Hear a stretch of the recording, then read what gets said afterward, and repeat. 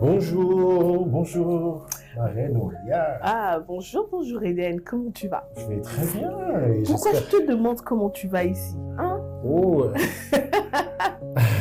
Je sais certainement pour déjà que vérifier ça va. que mon cœur se porte bien. Ah ouais, ah ouais. Et j'espère que vous allez bien dans vos familles, Exact. dans vos maisons. Que le Seigneur vous bénisse et nous vous souhaitons la Amen. bienvenue dans ce plateau ici sur le Metanoia TV. Et donc, que le mariage soit. Et merci encore de rester fidèle à cette émission. Merci. Et nous espérons vraiment Mhm. que vous apprenez énormément de cette émission.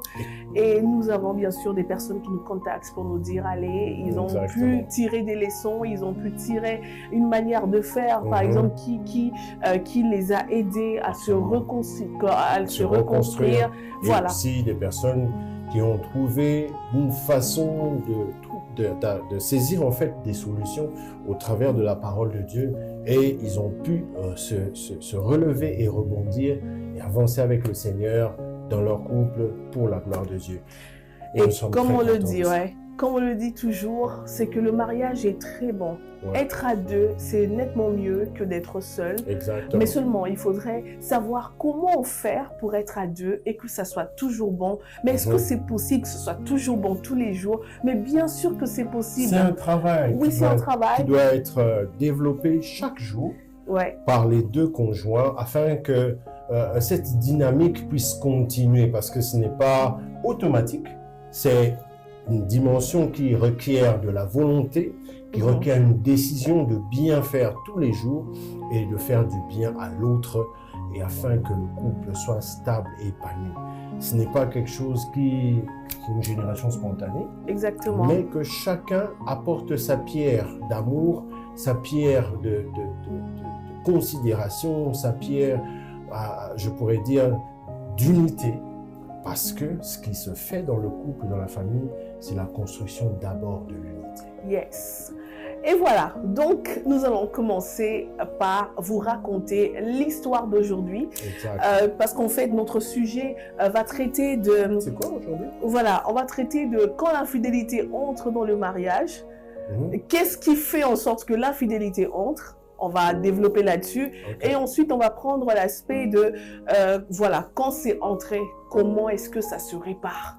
Ah, Voilà. Ça, c'est bon parce que je sais que beaucoup de couples vraiment vivent, comment je pourrais dire, sont frappés par l'infidélité. Je préfère dire ça comme ça parce que peu importe ce que vous pensez de l'un ou de l'autre, sachez que c'est d'abord calculé dans le spirituel Oui. avant que ce soit manifesté dans le physique. C'est une attaque en fait. Voilà. Ce n'est jamais quelque chose qui a été prémédité par l'un ou par l'autre au Ou début prémédité ou pas, au début de la relation. mais dans tous les cas, Oui. c'est une frappe. Oui, c'est une frappe. c'est Parce une que, frappe. oui, parce C'est que pas comme si c'était quelque chose qui était intentionnel en fait au début. ouais, Au tout début, quand tu aimes quelqu'un, tu n'as pas l'intention de lui faire du mal au début. ouais, Mais je crois que le diable au fur et à mesure, profite de voilà, quelque chose derrière, de des certaines portes ouvertes faiblesses. ou des faiblesses, Voilà, voilà. il profite je pourrais dire, pas seulement des faiblesses, mais des traits de caractère qui Exact. sont des défauts. Pour lui, c'est une occasion Voilà, ce d'entrée, sont des ouais. portes d'entrée ouais.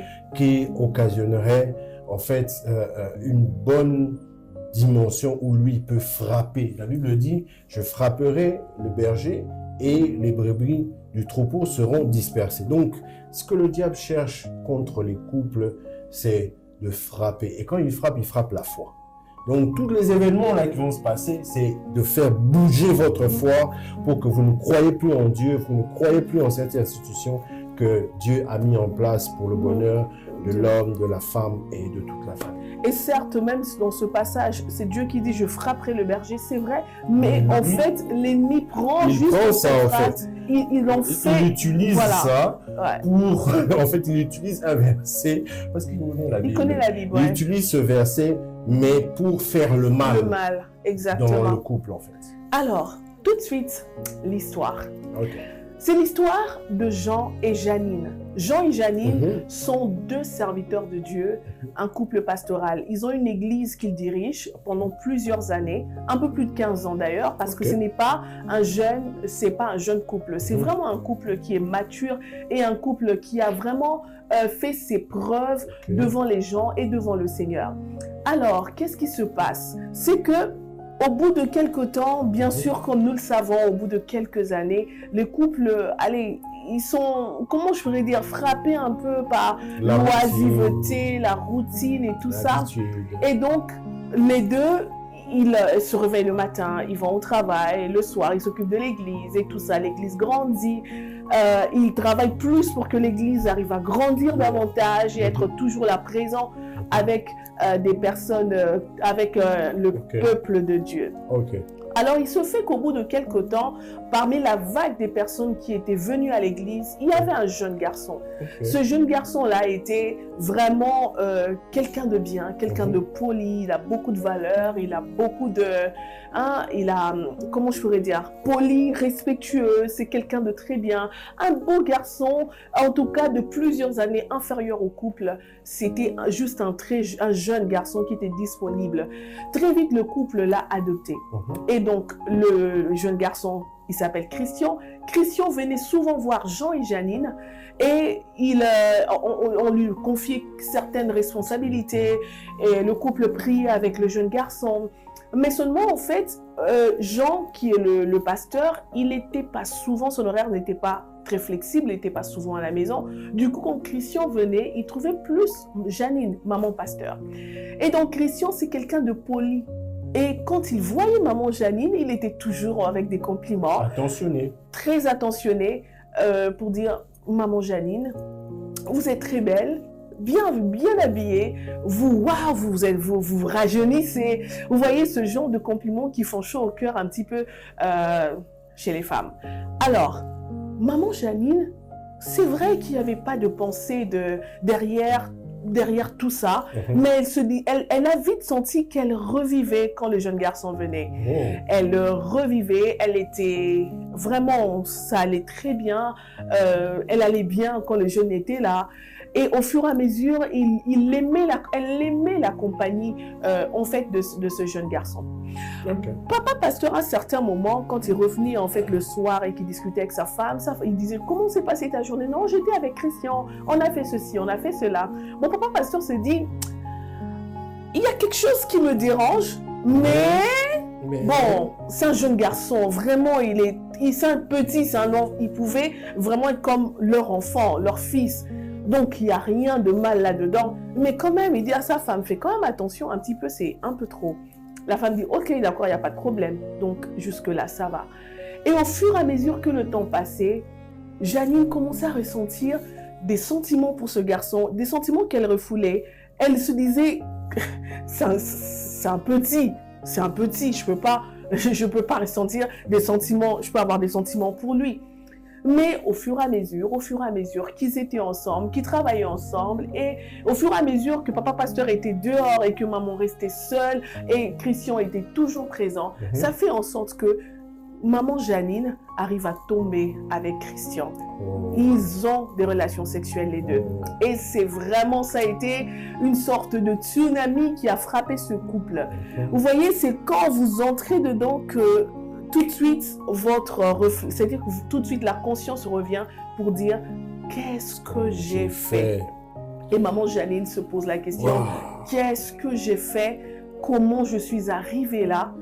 Elle a commencé à pleurer, elle pleurait, elle a caché ça à son mari bien sûr, elle pleurait devant le Seigneur. Seigneur, qu'est-ce que j'ai fait? Comment je fais pour m'en sortir? J'ai la conscience qui n'est pas tranquille, je vais mal, comment je vais m'en sortir? Et un jour, le Seigneur lui dit, va dire à ton mari. Elle a dit, Seigneur, c'est pas possible. Comment je vais lui parler? Le Seigneur lui dit, va parler à ton mari. D'où la question qui fait le thème d'aujourd'hui. Voilà. Comment est-ce que l'infidélité est entrée dans un couple chrétien et de surcroît serviteur de Dieu? Exactement. Et donc, on va en parler parce qu'en fait, cette histoire a une suite. Mais il y a une suite, comment est-ce que le Seigneur arrive à parler avec ce couple. La suite, on va la voir dans la prochaine après. émission. Mais tout de je- suite, on va d'abord dire, est-ce que dans ce couple, l'infidélité était évitable et comment, quels sont les préalables pour qu'au bout de quelque temps, vous n'arrivez pas à vivre les affres de l'infidélité? Est-ce que l'infidélité épargne des couples? Est-ce qu'il y a des couples qui sont épargnés de l'infidélité? Parce que là, les deux couples, Jean et Janine, sont en effet un couple pastoral. Oui, mais aujourd'hui, on voit, par rapport à ce cas, c'est que c'est un fait. Ils sont dedans. C'est arrivé. Au début de leur foi, au début de leur couple, leur mariage, ça allait bien. Pendant plusieurs années, ils ont d'ailleurs monté une église. Exact. Plusieurs années de service auprès du Seigneur. Une vie commune sans histoire. Une vie remplie de bonheur et d'amour à leur façon. Mais la question, comme le thème le dit, comment est-ce que c'est arrivé? Comment est-ce que l'infidélité s'est infiltrée dans ce couple qui apparemment était sans histoire? Exactement. Qui apparemment avait un certain rythme de vie, ils avançaient, comme la plupart des familles, ça va bien. Quand je dis la plupart des familles, c'est-à-dire qu'il n'y a pas d'histoire, il n'y a aucun problème. Ouais. Comment est-ce que c'est arrivé? Donc ça veut dire que ce genre de choses, ça n'arrive pas qu'aux voisins, ça n'arrive pas qu'à Jean et Janine. C'est-à-dire que tous les couples sont comme sous le viseur de l'esprit d'infidélité. Donc, c'est un fait social, mais ce n'est pas un fait isolé. C'est quelque chose qui est, comme qui dirait, on a stimulé ça pour que ça arrive. Mais maintenant, les questions que je vais te poser, ma chérie, selon ta perception, comment est-ce que un couple sans histoire, sans, comme je dirais, il n'y a pas eu d'alerte, il n'y a pas eu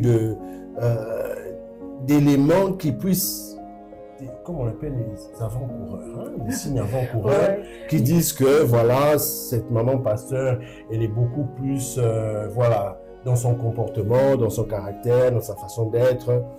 Ça devait arriver. Non, il n'y avait rien, aucun signal. C'est-à-dire aucun signal. Même quand on les voit à l'église, à la maison, il n'y a pas de signal pour dire ici il y aura un problème ou ici un problème. Mais non, selon ta perception, quand on voit ce genre d'histoire vraie qui est arrivée, et on en parle ici sur le plateau de que le mariage soit, c'est pour en tirer des leçons. Exactement. C'est pour comprendre ensemble avec vous qu'est-ce qui s'est passé et comment est-ce qu'on peut éviter ça?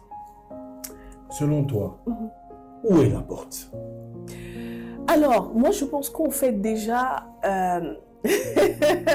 déjà, le fait de savoir que nous, on est épargnés, c'est déjà un danger. Ça veut dire que le couple pastoral était habitué, en fait, ils ont... Baisser la garde. Ils ont... moi, je dirais même pas baisser la garde, mais ils se sont dit, ça peut pas nous arriver. Ils se disent, ça ne peut pas nous arriver. Ça veut dire quoi? J'ai confiance en mon mari, j'ai confiance en ma femme. Donc, je fais rien. Donc, c'est-à-dire qu'on est des pasteurs. Je suis pasteur et elle est aussi pasteur. Donc, elle connaît la loi. Elle connaît la loi, je connais la loi. Et du coup, on peut avancer. Ça va, on avance sans se soucier. Ça, c'est déjà, je pense, que la première erreur que les couples commettent. Les couples... Et je vois ignorer le danger. Ignorer que, en fait, le danger n'est pas danger parce que vous l'ignorez. Il est danger parce qu'il est là à côté de vous. Il est là à côté, mais en fait, vous serez frappé pas parce que vous êtes de Dieu ou du monde. Vous serez frappé parce que vous êtes un couple tout d'abord. Ok. Ouais. Donc, et si je comprends bien, c'est-à-dire que le couple, l'homme et la femme doivent jouer un rôle spécifique du fait qu'ils sont couple. Ouais. Que je pourrais appeler un rôle de sentinelle, de veilleur. Voilà. Je voulais déjà donner un exemple. Vous allez voir qu'une fille qui est vierge, elle sait qu'elle n'a pas eu d'histoire, elle va entrer dans le mariage se dire déjà forte déjà dans ses pensées pour dire je suis vierge, donc il doit bien me traiter. La fille qui n'est pas vierge, elle va entrer dans le mariage différemment, elle va se dire je ne suis pas vierge, je dois donner le meilleur de moi-même dans ce mariage. Ça fait en sorte qu'au bout de quelques temps, celle qui n'avait pas été vierge peut construire quelque chose de solide et celle qui avait été vierge peut détruire son mariage. Oh. Je suis en train, vraiment, je suis vraiment là. Parce que, en fait, des approches différentes. Oui, le travail d'un couple, ça ne dépend pas du fait que tu es bien. Voilà, tu es déjà bien ou tu n'es pas bien. Ça dépend du fait que vous vous dites, je vais travailler jusqu'au bout. C'est-à-dire, le couple, ce n'est pas un état. Un couple, ce n'est pas un état. C'est une dynamique. C'est une dynamique et c'est un travail. Beaucoup de couples, au bout de quelques années, se disent « Je pensais que ça allait être comme ça. » Je pensais que c'était un état permanent. Permanent, c'est-à-dire que non, je pensais que mon mari allait faire ça, mais regarde comment il a changé. Oui, mais je pensais que ma femme... C'est une supposition. Oui, mais maintenant le problème... On n'a pas communiqué à l'autre. Oui, le problème, c'est que ils ont oublié que tout ce que vous voulez voir dans votre mariage doit se travailler. Mais tout ce que l'on doit voir dans le mariage, je crois, doit être basé sur celui qui a créé le mariage. Exactement. Et sur la parole qui est, en fait, la constitution. Ça, ouais.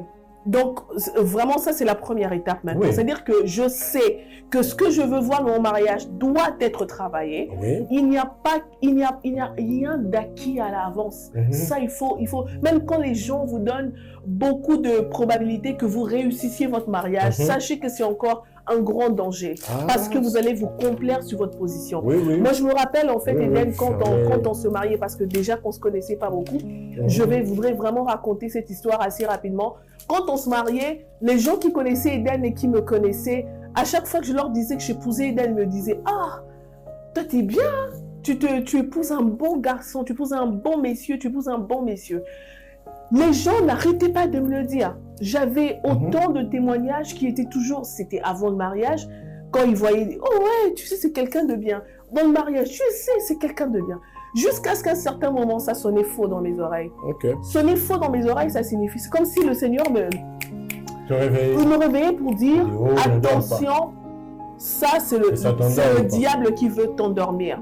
Parce que si tu sais que tu épouses quelqu'un de bien, le problème, c'est que tu vas te reposer dans le mariage, alors que quand tu entres dans le mariage, c'est là où tu commences à travailler. Et donc, Eden et moi, nous avons travaillé sérieusement. On n'a pas tenu compte de lui, il est bien, elle est bien et tout ça. Non, on a travaillé jusqu'aujourd'hui. On continue à travailler sur nos caractères et tout ça. Donc, si je comprends bien, si je peux résumer, c'est que il ne suffit pas pour un couple de s'endormir sur ou s'asseoir carrément sur les valeurs que l'on avait avant. Oui, sur les acquis qu'on avait avant, en tant que célibataire et puis en tant que nouveau marié. Il faudrait aller plus loin. Même Jésus nous le dit, en fait, lorsqu'on lit Matthieu 26, verset 41, il dit « Veillez et priez afin que vous ne tombiez pas dans la tentation. L'esprit est bien disposé, mais la chair est faible. » Ça, c'est une disposition que Jésus, en fait, c'est vrai que l'histoire est différente, mais on peut comprendre par là, si on le transpose dans le contexte, en fait, du couple, on peut comprendre qu'il ne faut pas s'arrêter au fait que, ok, voilà, on est disposé à être bien, c'est une bonne dame, c'est un bon monsieur, il a des valeurs et tout ça. Mais sache que tous les jours, nous avons des pressions. Nous avons des influences extérieures qui sont en train d'essayer de changer, en fait, les valeurs que nous avons. Il y a plusieurs tentations, il y a plusieurs offres, il y a plusieurs propositions faites, que ce soit par le comportement, les attitudes, les habitudes des autres vis-à-vis du couple, c'est ça. Et qu'il ne faudrait pas s'arrêter à ça parce que la chair que nous portons peut manifester une certaine faiblesse, malgré que l'esprit que nous avons est éveillé. Et il faudrait justement que l'esprit reste éveillé et qu'il ait plus d'ascendance sur notre âme, sur notre chair. Et donc, en fait, la première des choses, comme on a dit, la première des choses qu'il faut noter, c'est que savoir qu'on entre dans le mariage pour travailler. Pour travailler, non pas pour s'endormir. Voilà. Non pas pour se dire, ah, j'étais bien depuis que j'étais célibataire. Je suis un gars bien, je suis une femme excellente. Non, ça ne marche pas comme ça. Et donc, tout ce que vous ne voyez pas dans votre mariage, c'est juste en fait pour vous dire que vous n'avez pas travaillé sur ça. Et ce que vous voulez voir dans votre mariage, vous devriez absolument travailler sur ça. Pour devenir.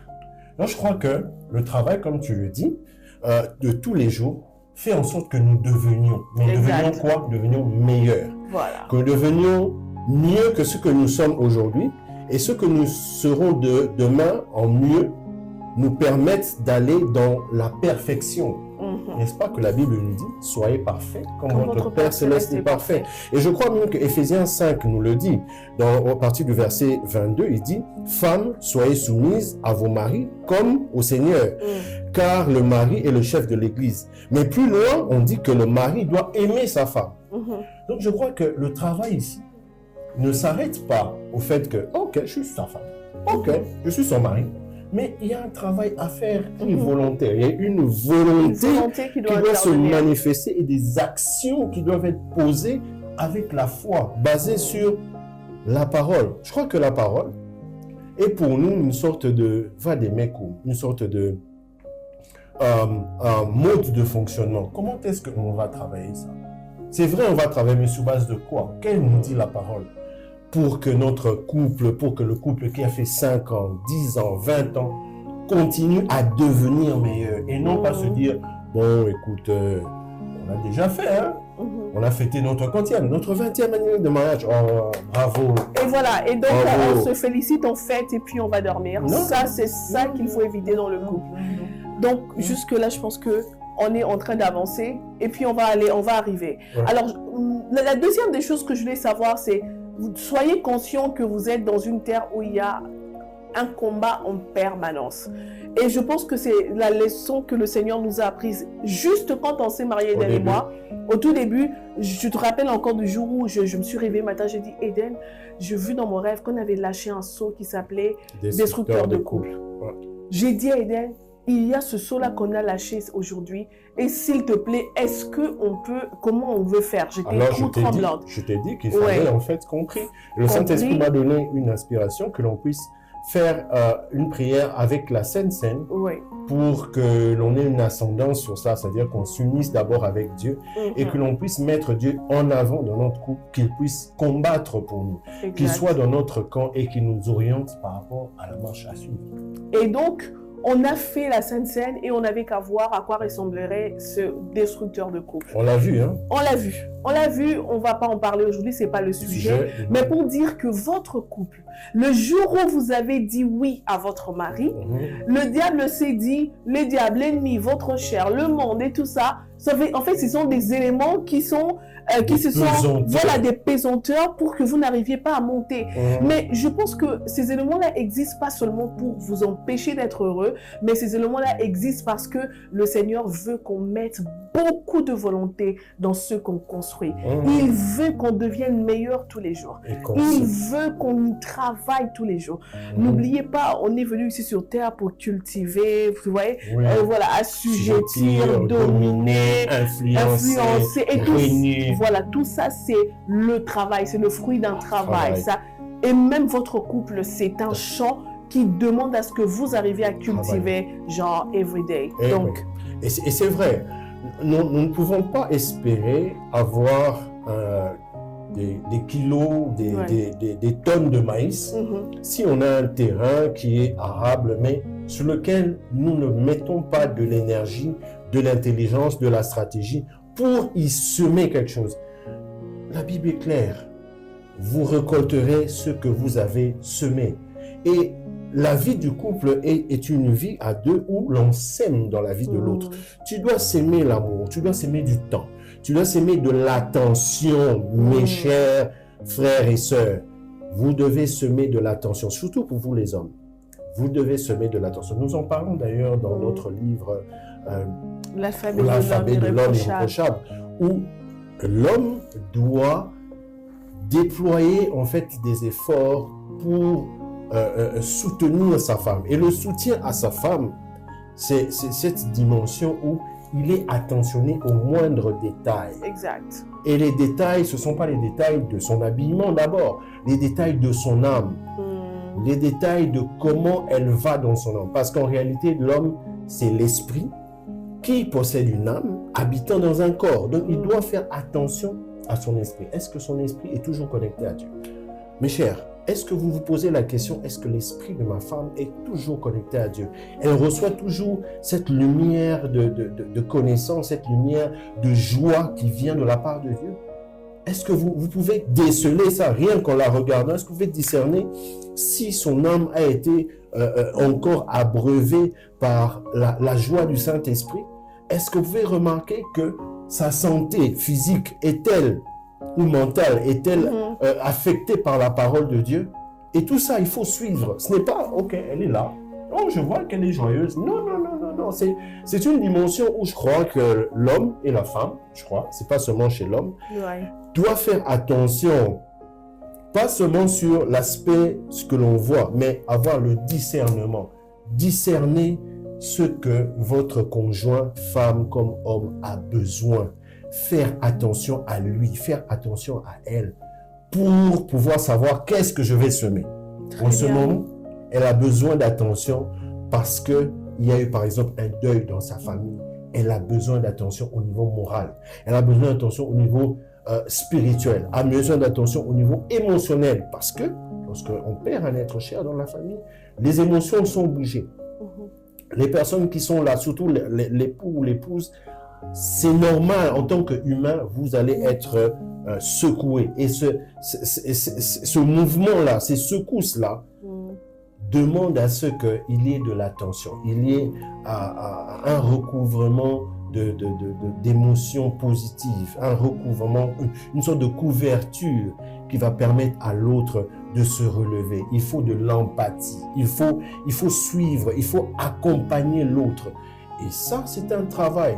Lorsque l'autre ne se sent pas accompagné, sent que tu es tout le temps avec tes amis, tu es tout le temps de l'autre côté au téléphone, tu es tout le temps dans ton ordinateur, que tu sois homme ou femme, à un moment donné, l'attachement, ce côté de complicité, ça perd même sa teneur. Mais il faudrait semer. Chacun de nous doit être responsable. Il faut assumer le oui que vous aviez dit devant la famille, devant l'officier d'état civil, devant le pasteur, l'église, doit être un oui qui doit continuer avec une décision manifestée par des actes d'amour, marcher dans l'amour. Certains disent dans le monde, je tombe amoureux. Mais nous, dans la famille de Dieu, on dit, nous marchons dans l'amour. Et marcher dans l'amour, ça veut dire continuer à évoluer dans une dynamique qui n'est pas statique, mais une dynamique qui avance, qui permet à l'autre de bien se sentir et de vivre le bonheur que Dieu a prévu pour elle et pour votre couple. Ah voilà, ça c'est trop bien, c'est trop bien ce que tu viens de dire. Vraiment, c'est ça, les attentions. Vous voyez un peu, les attentions, c'est comme tu as dit, des semences. Oui. Vous savez, c'est une terre, le mariage c'est une terre qui est peut-être inoccupée. Alors, si vous n'y mettez pas de graines, si l'espace n'est pas occupé, il y aura soit la nature qui va faire son travail, qui va faire pousser des herbes, ou sinon il y aura le voisin qui va venir mettre sa semence à lui, et puis autre chose que vous voulez. Des mangues. Voilà. Il va mettre des mangues, alors que c'était l'espace qui devait être occupé par les orangers. Donc, bref, c'était pour vous dire, c'est que semer. Ça, c'est la première des choses, ça, c'est la deuxième des choses que le couple n'a pas fait. Le pasteur, il s'est appuyé sur peut-être l'esprit. L'esprit, non, on ne peut pas. Non, c'est la morale.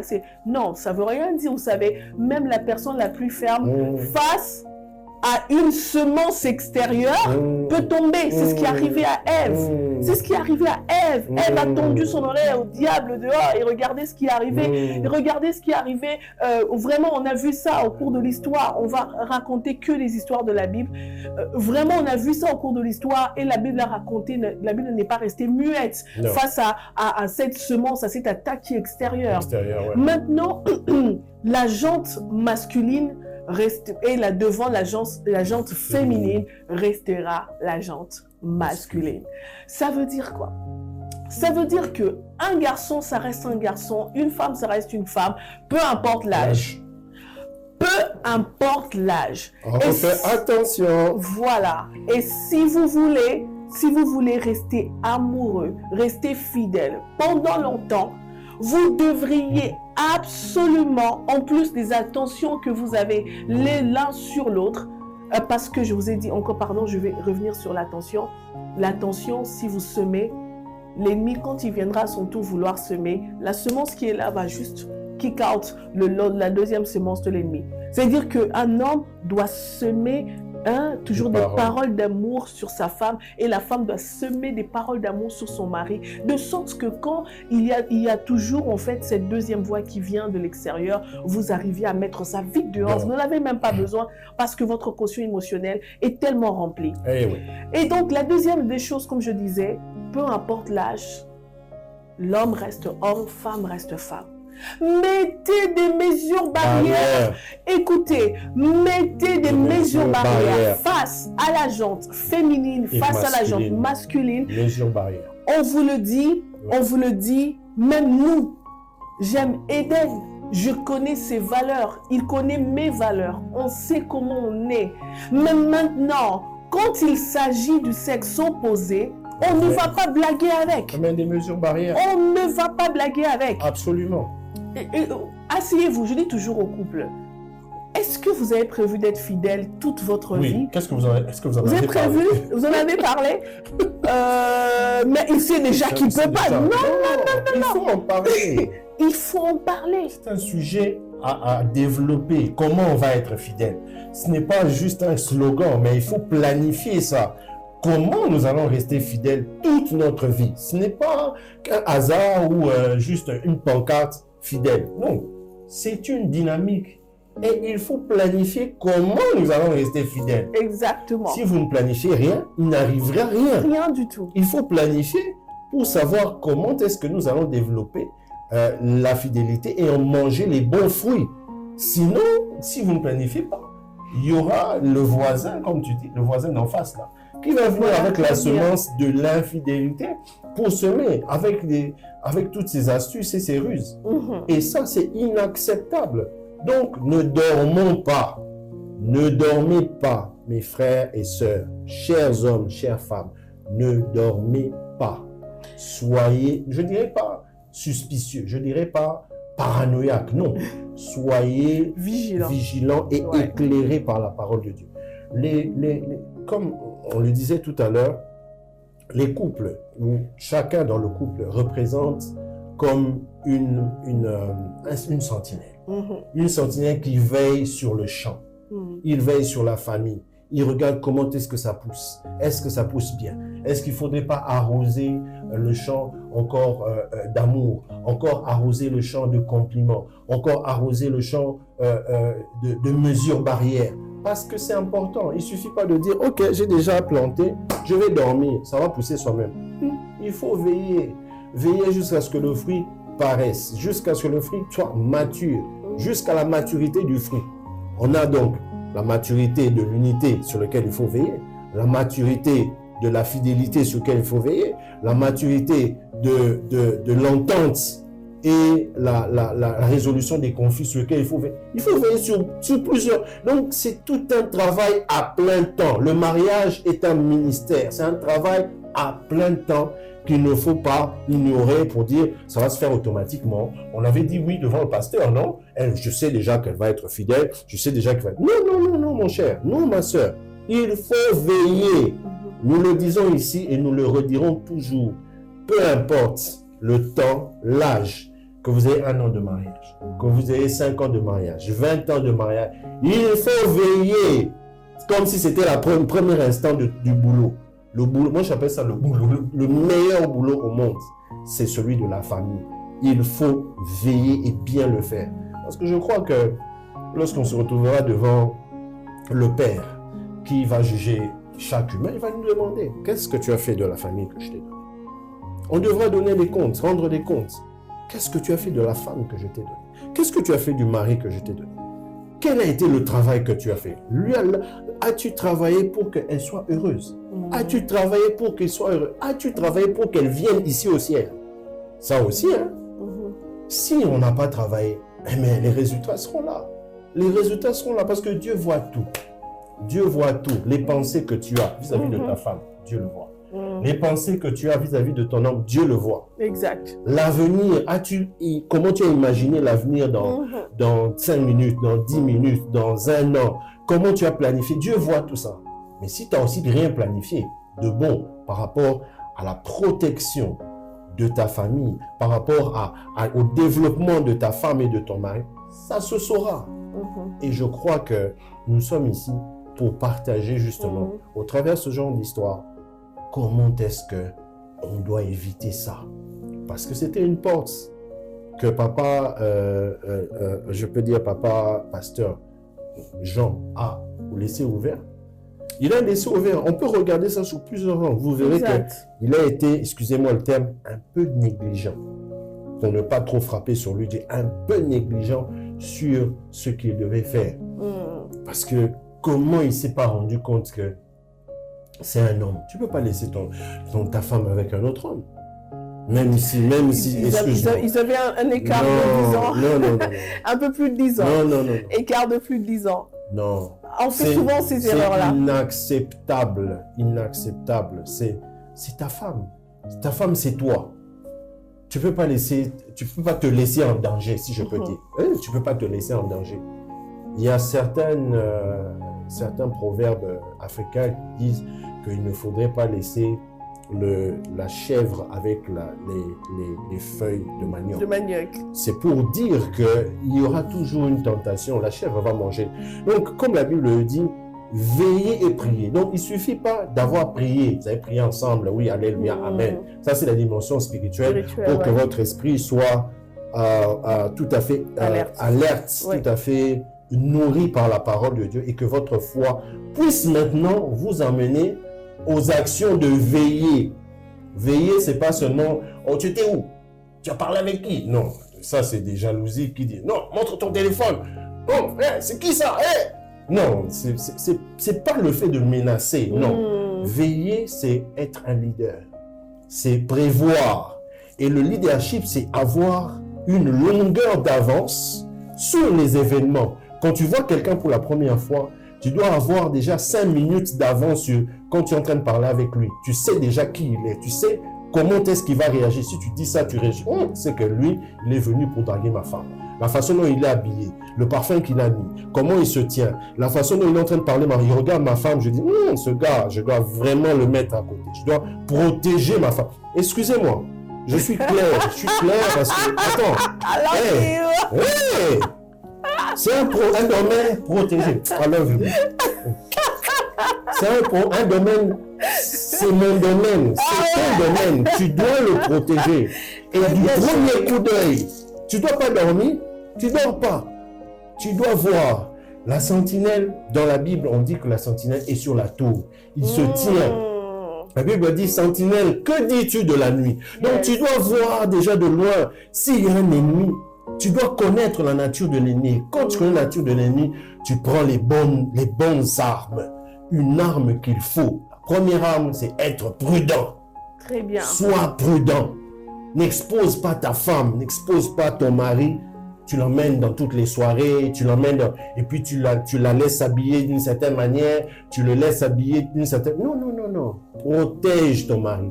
Il est beau pour toi. Il n'est pas beau pour tous les hommes. Ça. Il est beau pour toi. Si tu veux qu'il s'habille bien oui, il s'habille bien, mais il ne doit pas être sexy, attirant pour les autres femmes. Il doit être bien pour toi. Vous sortez en couple, vous allez faire un pique-nique, c'est toi et ton mari. Cette attirance, c'est entre toi et ton mari et pas les autres femmes. Tu dois faire attention et vice-versa. Il ne faut pas laisser ta femme habillée selon la mode du monde et se laisser, comment je peux dire, être comme une proie. Elle ne sait peut-être pas, mais ça va attirer des problèmes. Le simple bonjour, la simple, comment dire, ce compliment-là de quelqu'un d'étranger qui peut-être qu'il sait parler aux femmes. Cette simple parole peut commencer à créer un problème dans votre couple.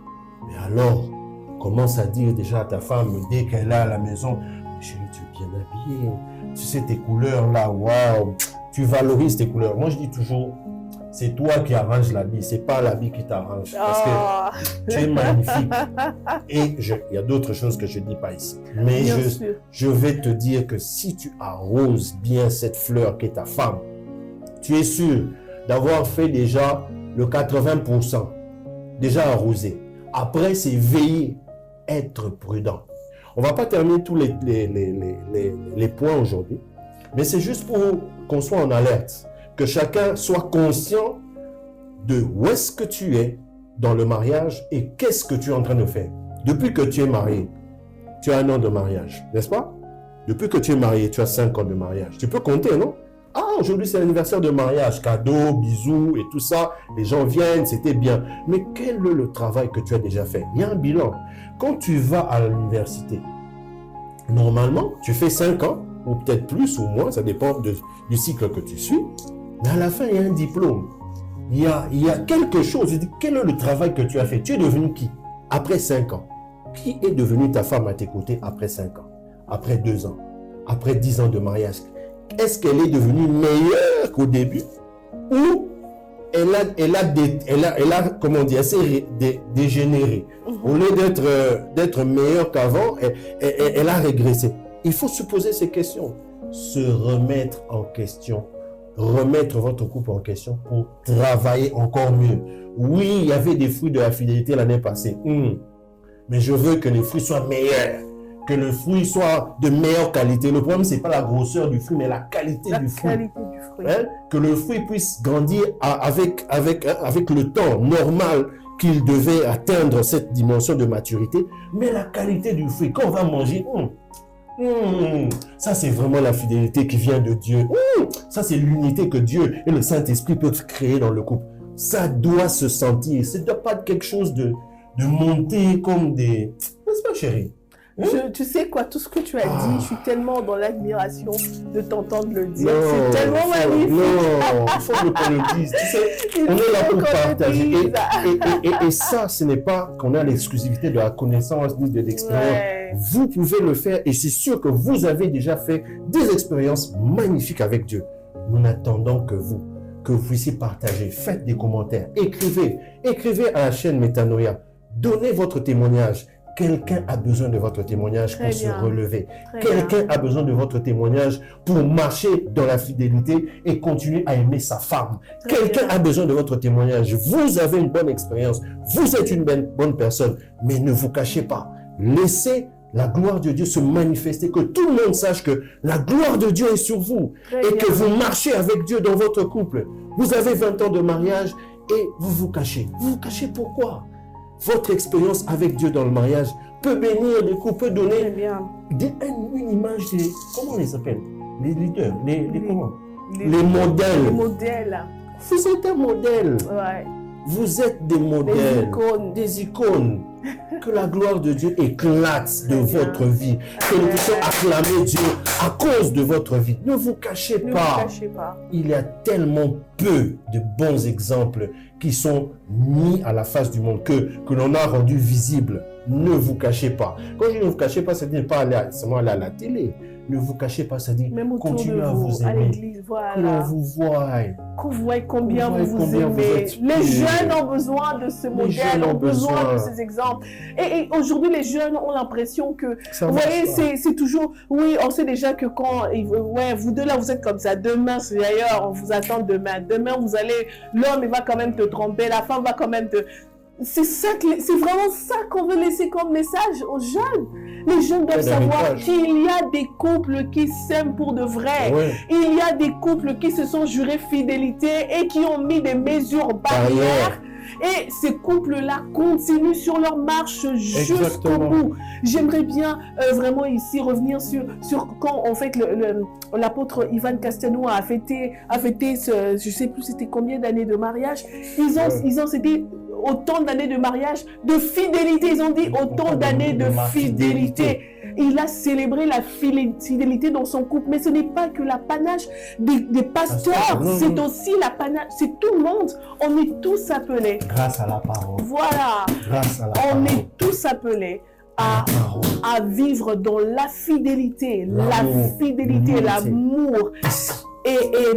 Et vraiment, donc, j'espère que vous avez noté à peu près ce que vous devriez faire pour ne pas tomber, ne pas vous retrouver comme papa Jean et maman Jeanne, qui se retrouvent dans un cas d'infidélité de la femme. Et maintenant, est-ce que la femme doit le dire à son mari? Est-ce qu'elle va suivre c'est parce que c'est une histoire vraie. Est-ce que maman Jeanne avait suivi la recommandation de Dieu pour le dire à son mari? C'est ce qu'on va voir la prochaine émission. La fois prochaine, on vous dira si elle avait... Mais d'après vous, écrivez en commentaire. Qu'est-ce qu'elle doit faire? Est-ce qu'elle doit dire à son mari ou pas? Parce qu'on va dire, mon pasteur vraiment est tombé. Ah, vraiment. Mais surtout que les hommes ont du mal à pardonner l'infidélité. Est-ce qu'il faut qu'elle le dise? Est-ce que si elle le dit, elle va être pardonnée? Tout ça. Exactement. Je crois qu'ensemble, on peut continuer à parler dessus. Et si vous avez un cas dans ce sens-là, vous pouvez toujours appeler sur le numéro qui s'affiche. Au bas de l'écran. Oui. Parce que nous ne sommes pas là pour partager en termes d'émission, mais nous sommes là aussi pour aider, pour apporter notre soutien, pour prier pour les couples, pour accompagner les familles. Donc, ne vous sentez pas comme si c'est pas possible de recevoir de l'aide. Le Seigneur nous a appelés pour ça, pour vous aider, pour vous emmener plus près de la présence de Dieu et des promesses prévues par Dieu. Donc, écrivez. De réussir votre mariage. Écrivez. Et aussi, l'autre question, Eden, qu'on devrait se poser, c'est pourquoi Dieu demande à maman Janine d'aller parler à son mari de son cas d'infidélité? Pourquoi Dieu demande? Est-ce que Dieu a tort? Est-ce que Dieu a raison? Qu'est-ce qui se passe? On va voir ça à la prochaine émission. Nous-mêmes, on a hâte. Est-ce qu'elle avait vraiment écouté la parole de Dieu? C'était vraiment la voix de Dieu. C'était pas la culpabilité. La culpabilité, est-ce que ça demande à quelqu'un d'aller voir? D'aller s'accuser. Non, du coup. Donc, on verra ça la fois prochaine. Mais sinon, rapidement, un petit récapitulatif. Vous pouvez éviter éviter l'infidélité dans votre couple. Ouais. D'abord, se dire, vous n'êtes pas à l'abri de l'infidélité, vous et votre mari. Vous n'êtes pas à l'abri de l'infidélité. Quand vous vous mariez, vous savez déjà que ça frappe tout le monde. Voilà. Peu importe vos valeurs, peu importe, il est pasteur, il n'est pas pasteur, il est mondain, il est, je sais pas moi, ça peut arriver à tout le monde. Ça peut arriver et à la femme et à l'homme. Il faut que vous le sachiez. Ça peut arriver. Alors, si ça peut arriver, qu'est-ce que vous voulez? Vous voulez revivre dans la fidélité? Est-ce que vous voulez vivre dans la fidélité? Vous commencez à travailler dessus. Et quand on parle de travailler dessus, c'est la parole de Dieu. D'abord, la parole de Dieu. Et puis la deuxième des choses, c'est le travail, c'est-à-dire les mesures barrières que vous mettez entre vous et le sexe opposé. Le sexe opposé, grand, petit, ça n'existe pas. Un père peut regarder sa femme comme une femme, un enfant peut regarder son père comme un homme. Donc, c'est-à-dire qu'à partir du moment où vous avez votre femme, vous avez votre mari, toutes les autres femmes méritent en fait d'être loin de vous. Tous les autres hommes méritent d'être loin de votre femme. Peu importe leur statut. C'est mon filleul. On a déjà traité ici dans cette émission un filleul qui a engrossé sa marraine. C'est elle, c'est mon pasteur. On sait déjà comment les pasteurs, avec leurs protégés, ils arrivent en fait à aller ensemble. Oh non, c'est elle.